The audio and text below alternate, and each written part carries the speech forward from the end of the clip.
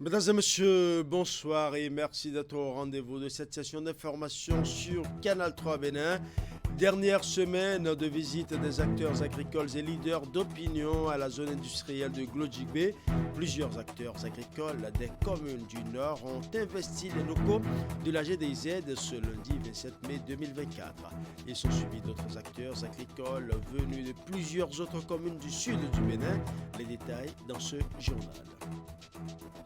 Nous parlerons également de la première session au titre de l'année 2024 de la commission thématique participation citoyenne du réseau des femmes élues locales d'Afrique, chapitre du Bénin. Les membres du Creuset se sont prononcés et se sont proposés de réfléchir lors de ces assises sur comment améliorer l'accès des femmes aux espaces de participation citoyenne dans les communes. Nous parlerons aussi de la 4e édition des Olympiades de mathématiques, du concours d'art oratoire et des astres orthographes qui a pris fin samedi dernier à Djougou. Cette initiative du groupe Donga Débat Action vise à aiguiser l'appétit intellectuel des écoliers et élèves, aussi bien dans les matières scientifiques que celles littéraires.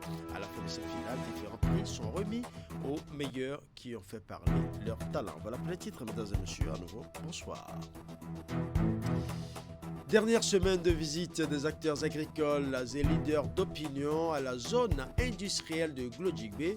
Plusieurs acteurs agricoles des communes du Nord ont investi les locaux de la GDZ ce lundi 27 mai 2024.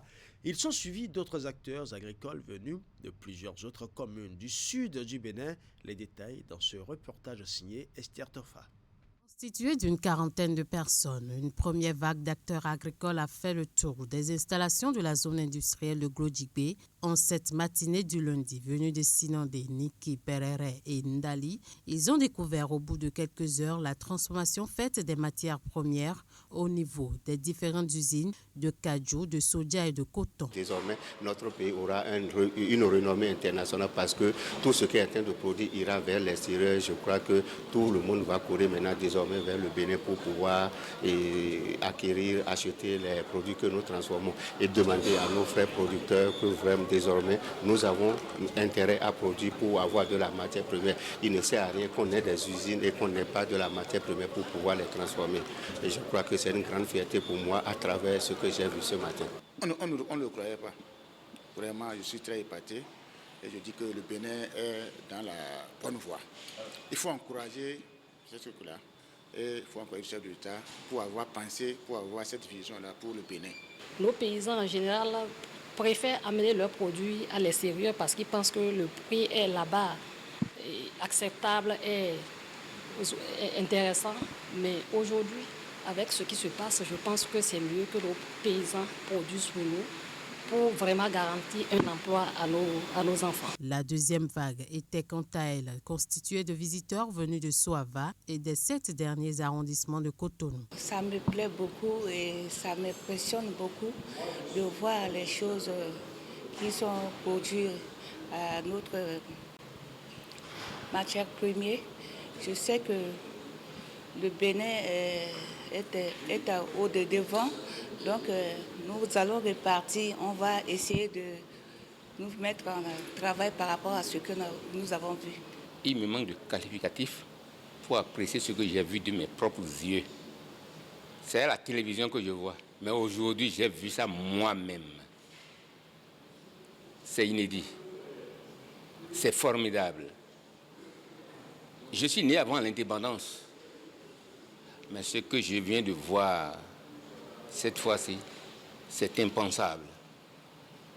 Je ne peux que dire bravo au président Talon. Initié par la Société d'investissement et de promotion de l'industrie, SIPI, en partenariat avec la Chambre nationale d'agriculture du Bénin, la visite prend fin cette semaine. Elle a pour but d'informer les acteurs agricoles et leaders d'opinion sur les activités de la GDZ.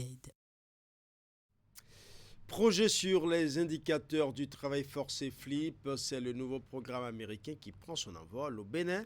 Il est exécuté par l'ONG Vérité et ambitionne de fournir une meilleure compréhension des indicateurs du travail forcé et de la traite des êtres humains afin de bâtir un monde de travail épanoui. Le projet est lancé ce mardi 28 mai 2024 à Cotonou en présence des acteurs du secteur public et privé, les syndicats et les membres de la société civile. Nous allons suivre. Après le Ghana et la Côte d'Ivoire, le Bénin adopte le projet sur les indicateurs du travail forcé.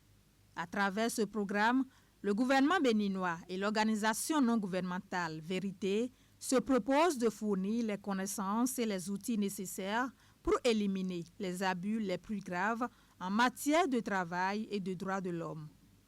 Les plus courants étant l'exploitation sexuelle, la prostitution forcée, l'esclavage y compris l'esclavage domestique. Cet état de choses a suscité un renforcement de la position des instances mondiales, nationales et internationales, garantes des droits et du bien-être de l'enfant, qui ont décidé d'agir pour réduire ce phénomène. C'est dans ce cadre que s'inscrivent les activités de l'ONG Vérité, une organisation internationale de société civile à travers son projet d'indicateur du travail forcé, FLEP, entièrement financé par le ministère du Travail des États-Unis. Le programme sur les indicateurs du travail forcé vient accompagner le Bénin sur ses nombreux chantiers ouverts dans le cadre de la lutte contre le travail des enfants et le travail forcé sous toutes ses formes. Devant ces acteurs des secteurs publics et privés, les syndicats et les membres de la société civile, les composantes du projet ont été intégralement dévoilées. Le désir profond de Madame le ministre du Travail et de la fonction publique est de combattre ce phénomène d'exploitation économique des enfants et des personnes âgées. C'est pourquoi une série d'actions de grandes envergures soutenues par l'ONG Vérité seront mises en œuvre à titre expérimental au Bénin, à l'instar du Ghana et de la Côte d'Ivoire, afin d'assurer la pleine mobilisation des acteurs de la protection et des communautés à l'effet d'améliorer le contrôle des conditions de travail afin d'identifier des indicateurs objectivement vérifiables. Bâtir un monde où les gens travaillent dans des conditions sûres, équitables et légales, ainsi se résume l'objectif du projet sur les indicateurs du travail forcé. Pour y arriver, FLIP a développé des cours d'apprentissage en ligne afin de permettre aux décideurs et curieux de mieux comprendre le travail forcé et la traite des êtres humains. Le Bénin accueille le 6e forum annuel des agences nationales de volontariat de l'espace CEDEAO. Une soixantaine de participants venus des différents pays de l'espace communautaire prennent part à ces assises qu'organise le Centre de développement de la jeunesse et des sports de la CEDEAO en collaboration avec l'Agence nationale pour l'emploi. Nous allons suivre les détails.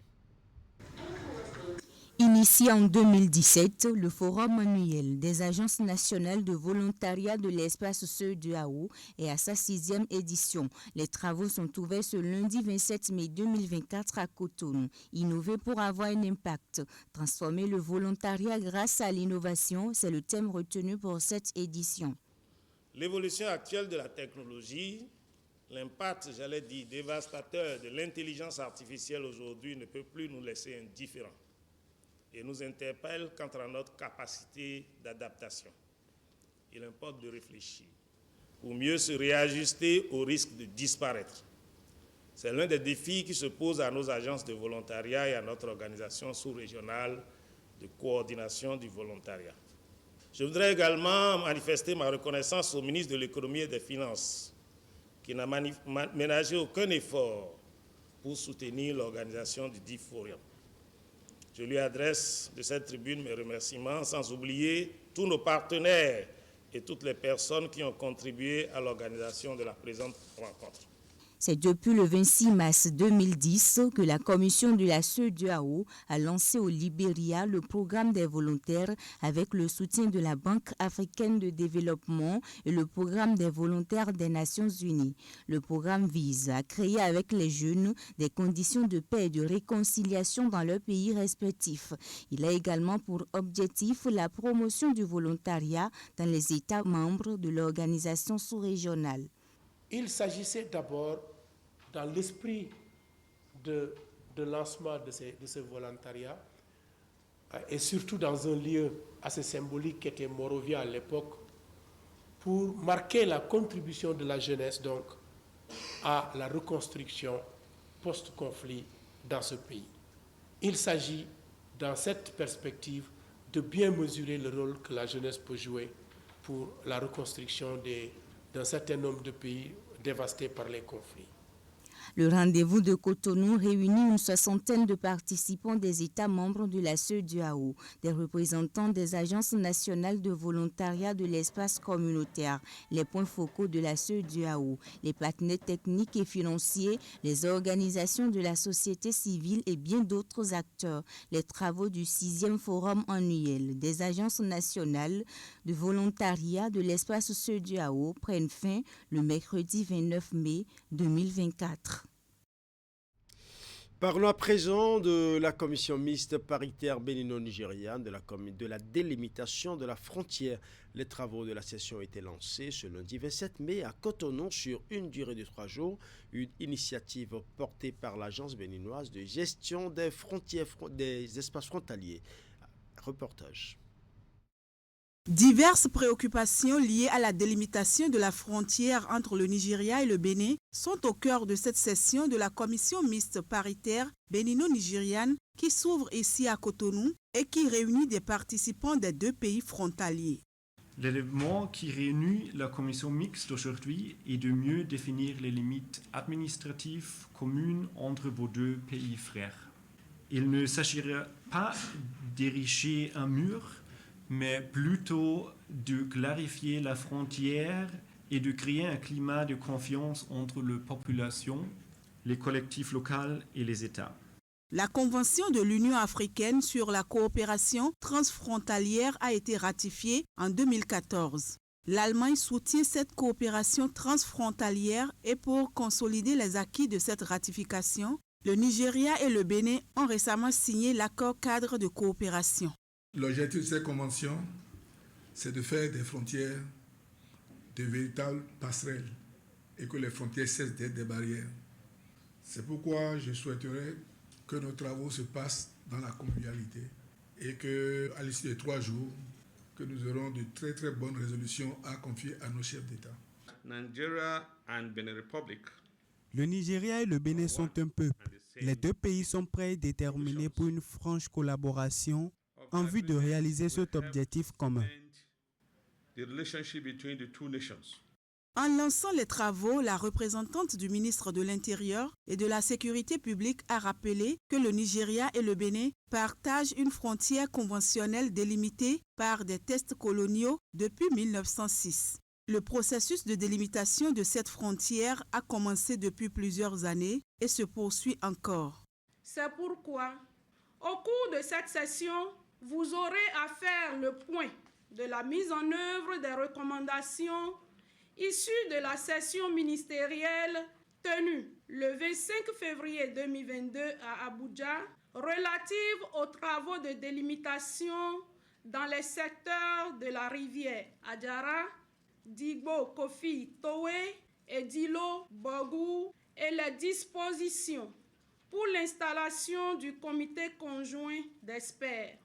Vous aurez également à planifier les activités de promotion de la coopération transfrontalière pour l'élaboration et la mise en œuvre des projets intégrateurs au profit des populations. Occasion pour l'Allemagne de réaffirmer sa disponibilité à soutenir les efforts. L'autorité ministérielle, quant à elle, souhaite que la signature de l'accord cadre sur la coopération transfrontalière facilite l'élaboration et la mise en œuvre des projets intégrateurs au bénéfice des populations transfrontalières vulnérables avec les menaces sécuritaires qui pèsent aujourd'hui sur les 2 pays. La phase B du projet asphaltage a officiellement été lancée dans la ville de Kandji le mercredi 22 mai 2024. Il s'agit de la réhabilitation et de l'aménagement des voiries et la construction de collecteurs dans la commune. Et pour le lancement officiel, une délégation ministérielle avec à sa tête le ministre d'État chargé du développement et de la coordination de l'action gouvernementale, Abdoulaye Biotchane, a effectué une descente sur les lieux. Le point avec Candide Rouhento. C'est un mercredi joyeux pour les Kandiens et Kandiennes. Les têtes couronnées, les sages, La population de la ville et les autorités communales ainsi que les honorables députés sont témoins du démarrage des travaux d'aménagement et de réhabilitation des voiries primaires, secondaires et tertiaires de Kandi. Ainsi, c'est la phase B du projet asphaltage dont bénéficient 6 différentes villes du pays qui prend corps ici dans cette commune de la Liborie. Et c'est un programme d'ampleur. Ici à Kandi, c'est plus de 13 km de routes urbaines qui seront aménagées. C'est des kilomètres aussi d'assainissement. Après cela, ce sont des activités commerciales qui vont se développer. À Kandi, nous voulons développer une ville durable, une ville résiliente, une ville saine et où il fait bon vivre. Une partie de la réponse à cette question se trouve donc dans ce programme d'asphaltage. Dans la ville de Kandi sont prévues la construction de voiries urbaines de 13,31 km, 5,8 km de collecteurs d'eau pluviale, 2200 arbres d'alignement et 1120 lampadaires solaires.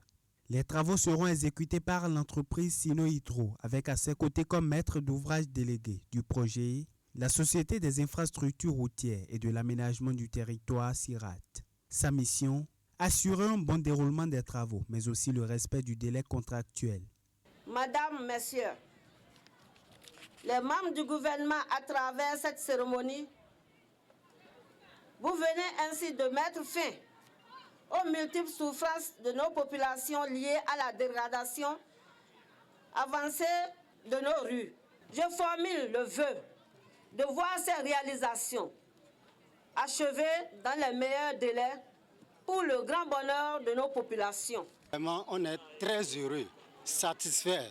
On ne peut même pas compter. Depuis l'indépendance jusqu'à aujourd'hui, là, ce qu'on est en train de voir côté Al-Fatah et ce qui est en cours là, vraiment, on est tellement joyeux. On doit remercier le gouvernement du président Talon. On ne sait quoi dire encore. C'est comme c'est une très très grande fête pour nous, quoi. Parce que nous n'attendons pas à ça. Et voilà que c'est arrivé. La ville de Kandi va devenir comme Cotonou. Prévu pour durer 18 mois, ces travaux d'aménagement et de réhabilitation des voiries primaires, secondaires et tertiaires et de construction des collecteurs d'eau pluviale sont estimés à un coût global de 19,39 milliards de francs CFA. Les populations de la ville ont par ailleurs été exhortées à faciliter la tâche à l'entreprise qui s'occupe des travaux. Et pendant ce temps, les transporteurs béninois organisent un meeting pour remercier les autorités béninoises et nigérianes pour l'ouverture d'un poste frontalier à Segbona au nord du Bénin. Ils ont saisi l'occasion ce week-end pour se prononcer sur la crise bénino-nigérienne en invitant les deux parties au dialogue. Le point de la rencontre avec Hugues Vingbe.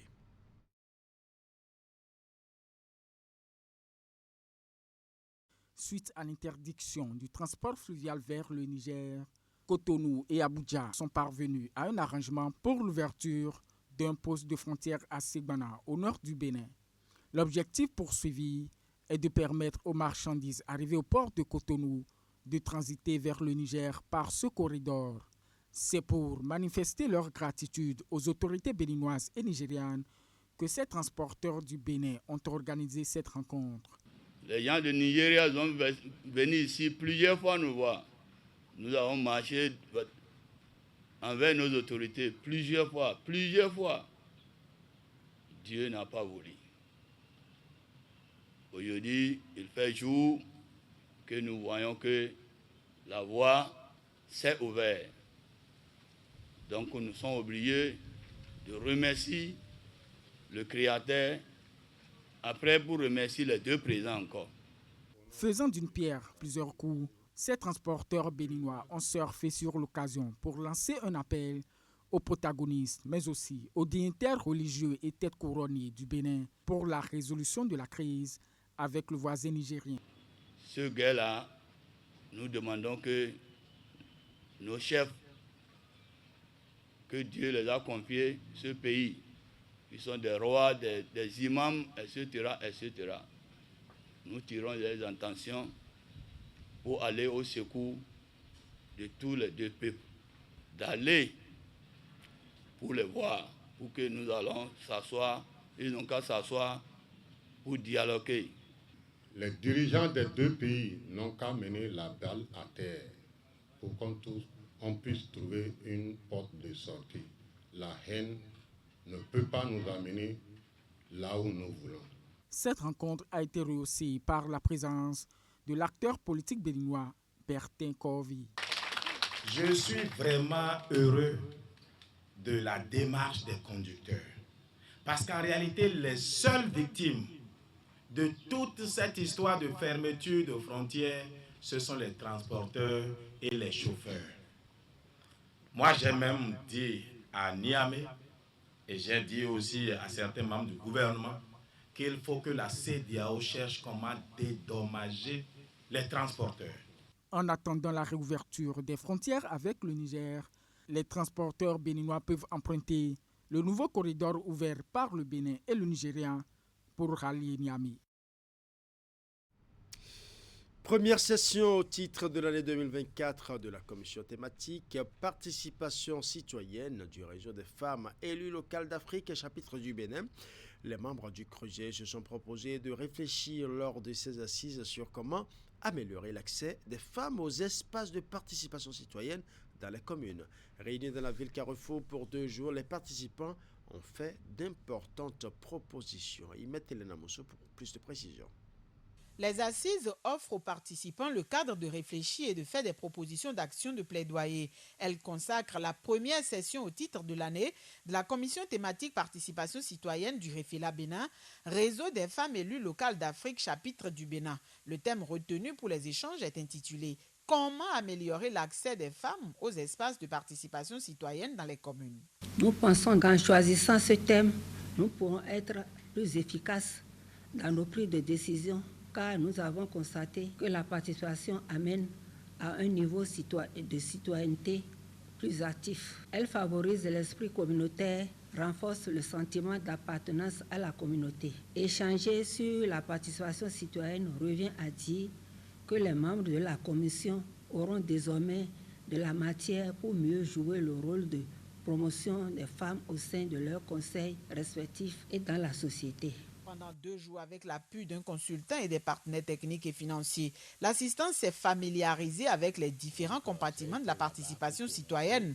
Élues locales venues des diverses communes du pays, elles ont eu aussi à faire l'état des lieux avant de proposer des actions à mener. Notre espoir est que les autorités élues et les responsables techniques de nos différentes communes se saisissent des dites propositions pour travailler à l'amélioration des conditions de participation des femmes à la définition des priorités de développement ainsi qu'à leur mise en œuvre. Je voudrais alors compter sur votre participation active afin que de nos travaux sortent des propositions pertinentes à mettre en œuvre dans les communes pour le renforcement de l'accès des femmes aux espaces de participation citoyenne.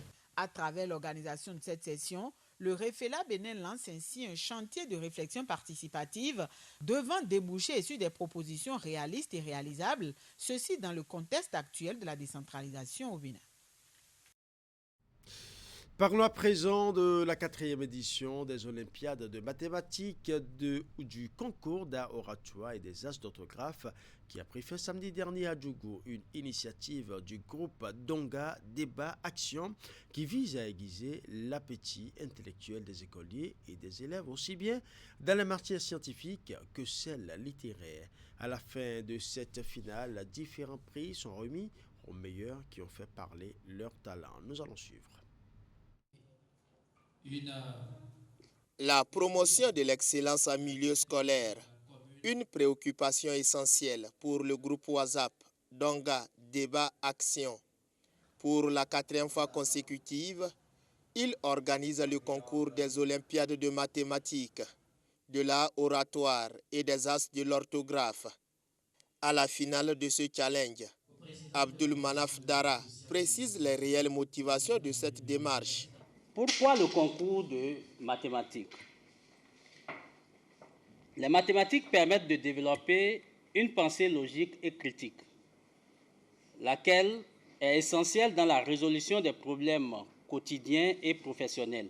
Et tous les collèges de la commune de Djougou ne disposent pas d'une série scientifique à partir de la seconde. Pourquoi nous avons voulu organiser le concours de l'art oratoire? L'art oratoire permet d'abord de bien parler au public. Il permet de convaincre. Et lorsque vous maîtrisez cet art, beaucoup de portes vous sont ouvertes. Pourquoi nous avons voulu organiser l'orthographe au niveau du primaire? C'est permettre à nos enfants, dès le primaire, de cultiver la crédibilité. Le ballet des concurrents du primaire ouvre la finale de ce concours. Devant un jury assermenté, chaque candidat est soumis à l'épreuve de la graphie. Et par lui, ces mots s'écrivent, s'épellent. E accent aigu, P, A, R, L, U. À leur suite, ce sont les candidats en art oratoire qui ont planché sur le thème « Influence des réseaux sociaux sur l'éducation de la jeunesse africaine ». La jeunesse africaine s'adonne à la cyberpornographie. Les compétiteurs en mathématiques, quant à eux, ont composé hors du regard du public. L'initiative de Donga Débat Action est saluée par Baparapé de Djougou. Je voudrais d'abord remercier tous ceux qui ont décidé, qui depuis 2018 font ce travail. Ça n'a l'air de rien, mais c'est très important. Que le Seigneur continue de bénir l'activité. Dans la catégorie As de l'orthographe, Radiatou Lambert Zato a défié les autres candidats et reçoit à cet effet une tablette et beaucoup d'autres prix. Dans la catégorie Art oratoire, Kadi Sevo a séduit les membres du jury à travers son argumentation sur le thème retenu. Il gagne un ordinateur portatif et bien d'autres lots. Du côté des mathématiques, c'est Waliat Kacho qui a réussi l'exploit. Voilà, ce sera tout pour ce journal. Merci pour votre aimable attention. Bonne soirée à chacun et à tous.